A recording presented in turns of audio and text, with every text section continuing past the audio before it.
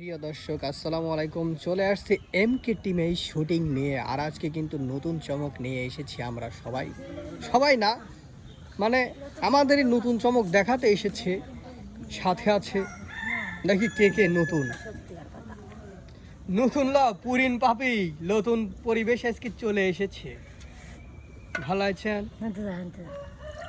একটা কথা হলো সকালের ব্লগ না করে ফেলে সেটা আমি করি আমাদের না। দিয়ে অলরেডি সকালের ব্লগটা করে ফেলেছে ভাই। দর্শক আমি একটু সুন্দর করে আজকে ঘুরে অনেক আপনাদের ভালো একটু লাগতেছে, মানে জানাবেন যে আমাদের শোভামণিকে কেমন লাগছে। আসলে ওইভাবেই আমি ধরেছি।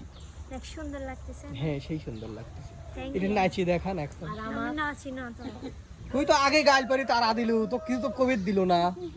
তখন কি কব আমি আমার কল সব সময় সুন্দর লাগে। হ্যাঁ, সব তো সুন্দর কার সুন্দর, মানে প্রশংসা করে তো আর কিছু নেই, বুঝিস নাই, তুই তো এমনি সুন্দর। তাই একটু নেচেই দেখান। আসলে আমি নাচতে পারি না ভাইয়া। কেন? আমি শাড়ি পরেছি, শাড়ি পরে আপনি তো নাচতে পারেন? আজকে নাচি কেমন করে? আমাকে একজন বলে দিয়েছে আজকে একটা মানে কন্টেন্ট হবে, সেটার মধ্যে যদি নাচতে পারে, যদি সুন্দর হবে, যার তার স্পেশাল কিছু কিডা ভাইয়া, আমার Gift টাকারই আছে। তো দরকার। ঠিক আছে, আমি নাচবো, অবশ্যই নাচবো। তুমি কি জানো দেখালে একটু, তোমার ওই জিনিসগুলো আমি দেখবো। ওষুধ হ্যাঁ, ওষুধ এই দেখো কত ওষুধ দেখছেন। তুমি কি আজকাল এই যে, শুটিং ধরা বাদ দিয়ে ওষুধ এই দেখা যে ধরে গেছো না? বয়াম বোঝাই, হ্যাঁ এই যে এই বয়াম বোঝাই, হ্যাঁ। এই বয়াম বোঝাই, হ্যাঁ। তারপরে যে এই বয়ামে কোনটা কখন খাওয়া লাগবে তা লেখা আছে। বলছি এত ওষুধ কিভাবে টের পাবো? বুঝছো? আচ্ছা, তাহলে এই কন্ডিশনে তুমি চলতিস। আমি ভাবছি তোমার ব্যাগ দেখেও যে কেউ বলবি যে তুমি ওষুধ বিক্রি করতে আসতাও, ওই- আবার তোমার ওষুধের সাইজ গুলো দেও ওই রকমই ভাববি। হ্যাঁ, আমি আপনাকে দিয়ে খাওয়াতাম। ওরকমই লাগলো আর কি, ওষুধ বিক্রি করার মতন, মানে যে অসুখটা হয়েছে না না, বুঝছো, হ্যাঁ। এই অসুখটা ওষুধ খাইতেই হবে আমার, খাইছি কারণ আমার সৌদি আরবেরই আজকে খাইছি। মানে ওষুধটা আমাকে খাইতেই খাওয়া হবে লাগছে যে আমার। নিয়মিত। না ওই যে ওষুধ যে বুঝছো? দর্শক দোয়া করেন নানার জন্য, নানা যেন সুস্থ হয়ে যায় দ্রুত, যাই হোক, আমাকে কারণ সেই নানা লাগছে। খুবই অসুস্থ আছে। হ্যাঁ খুবই অসুস্থ। আর তার ওষুধপত্রের ব্যাগটা দেখে বুঝতেই পারছেন যে কি এটা অবস্থা। কি করে আচ্ছা, এবার আমরা একটু চলে যাই এই সাইডে। আমারে ইমনদা, আমার আমার শ্বশুর, তারপর উস্তাদ সকলেই চলে আইছে বৃষ্টির ভিতরই। না, বৃষ্টি তো নাই এখন। কাকা আইটি আসতে কষ্ট হলো না তো? আই হলে গেছে তো আগেই কইতেন, এখন হেলিকপ্টার পাঠা দিতাম। উস্তাদ আজকে কই গাড়ি কই? গাড়ি হ্যাঁ? তোর গাড়ি আজকে ভালো গেছেন? তুমি কি কাকা, রমাইছাও হ্যাঁ? তুমি কি রমাইছাও হ্যাঁ, আমি প্রথমে শুনছি তুমি কি না করে তুমি কি আমি রমাইছাও কাকা ঠান্ডা আছে, প্রচুর ঠান্ডা লেগে গেছে। হঠাৎ করে ওই যে গরম পড়লো না কয়দিন, হ্যাঁ। ফ্রিজের পানি মাথায় লিছিলাম একদিন, মানে ও, ডুব দিছিলাম, ভালো কাম। আর ওই দিন একবারে টাইট ফিটিং। ভালো কাজ করেছো। ঠিক আছে, তুমি তো মাস্টারে কি দেখা দিছো ভাই? ও এই রে জামাই, গাছ ফাই দিয়ে আমি শুনেছিলাম হুম যে ওই বজ্রপাতে হুম। তোমার গাছ ফাইরে যায়, কিন্তু আজকে বাস্তব দেখলাম। প্রমাণ দেখলাম, মানে ওই গাছের মাথা গাছ থেকে না, আমি হাঁটতে আসার পারছি। সময় মানে ওই গাছের হনে তা করছি যে কোন শালা বাড়ি দিছে রে, এইরকম এ কি হয়েছে, এটা হয়েছে কি, মানে আমি ভাবছি ট্রাক মাকে অ্যাক্সিডেন্ট হয়েছে, এই জন্য উপর দিক তাকাই দেখে একবার আগা পর্যন্ত এত পরিমাণে ওই গাছটা হয়েছে। আমার ওই জীবনের প্রথম আমি গাছ এইভাবে দেখছি তাহলে যে এই একটা এরকম মানুষের বজ্রপাত শরীরে করে উপরে এরকম পড়লো। হয়। আমিও মনে করছি যে অ্যাক্সিডেন্ট, কিন্তু অ্যাক্সিডেন্ট হলে তো ওই জায়গায় অবশ্যই কিছু কাজ গিলাস ভাঙা থাকবে, আর গাছের তো গোড়ায় মাজা পর্যন্ত ধাক্কা খাবে। অত দূর তো ওই আবার তো নিম্নে 20 ফিট 20 ফিট না, 30, একবারে হ্যাঁ। উপর ওই ডালটা বাঁকা হয়ে উঠছে, মেলা উপরে, 30 মেলা 40 ফিট হবে, তাই না? না, গাছটা 20 মিটার খলি মাইনে নিতে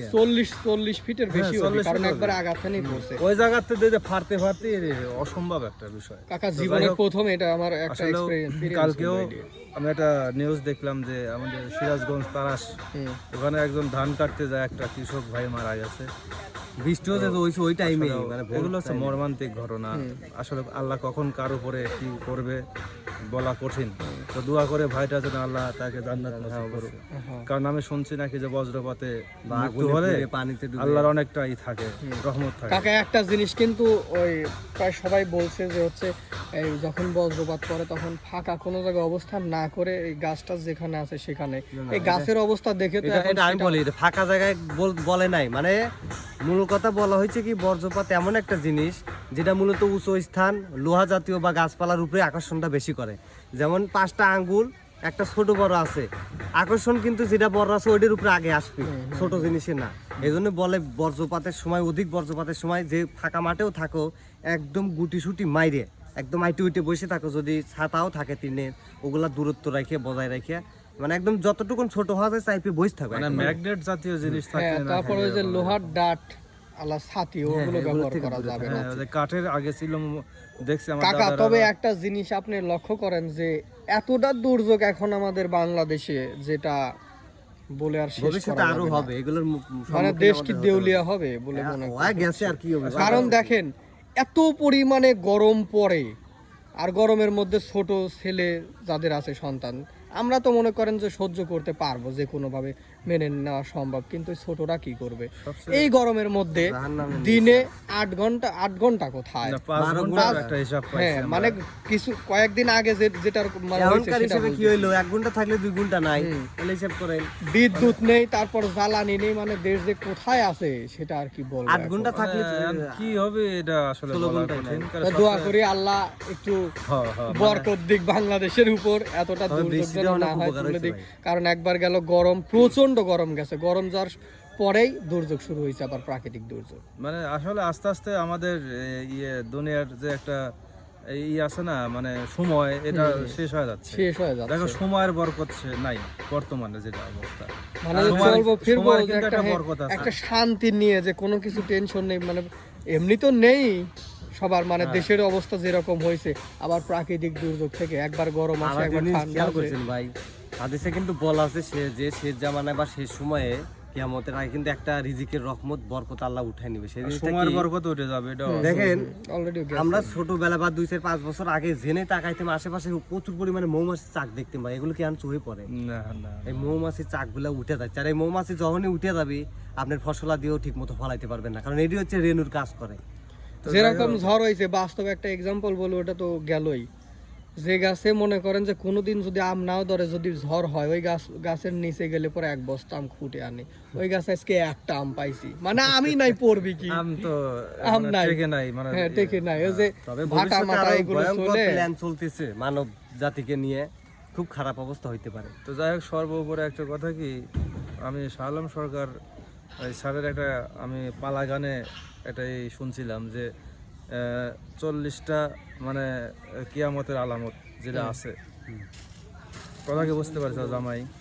এই 40টার মধ্যে তোমার 40টাই মানে 41টার মধ্যে 40টা মিলে যায়, মানে উনি যেভাবে বয়ান দিচ্ছে বা যেভাবে বলতেছে, মানে আমি সার্বিক মিলাইলাম একদম হুবহুব মিল, আর কিয়ামতটাই বাকি, মানে 41টা মানে আলামতের মধ্যে 40টা মিলে যায় উনি যেভাবে বলতেছে, বা আমরা হুজুরদের মুখে শুনছি যে 41টা মানে 40টা করে 41টা আলামত হলে এবার কিয়ামত হয়। কালকে একটা মুরব্বি সেম 40টা মিলে গেছে, আর কিয়ামতটাই বাকি আছে এই পর্যায়ে। আর নামাজ মানে কালাম বলে শেষ। নামাজ কালাম আর কবুল হবিল না, বুঝা শেষ। জাহেলি যুগে চলে আইছি আমরা। হ্যাঁ, আবার। এমন সময় আসবে টাঙ্গাইলের যে ওই খবরটা কি শুনছেন? তুমি দেখছেন news? নামাজ কালাম পড়বে, আল্লাহর দরবারে কবুল হবে না। টাঙ্গাইলের নিউজটা কি মিরাজ ভাই পাইছো ফেসবুকে 2 দিন আগে? হ্যাঁ, টাঙ্গাইলের নিউজ, ভাই, আমার পেটে বন্ধু থেকে শুনে বাচ্চা বের করে 4 বছরের একটা গর্ভবতী মহিলা 4 বছরের?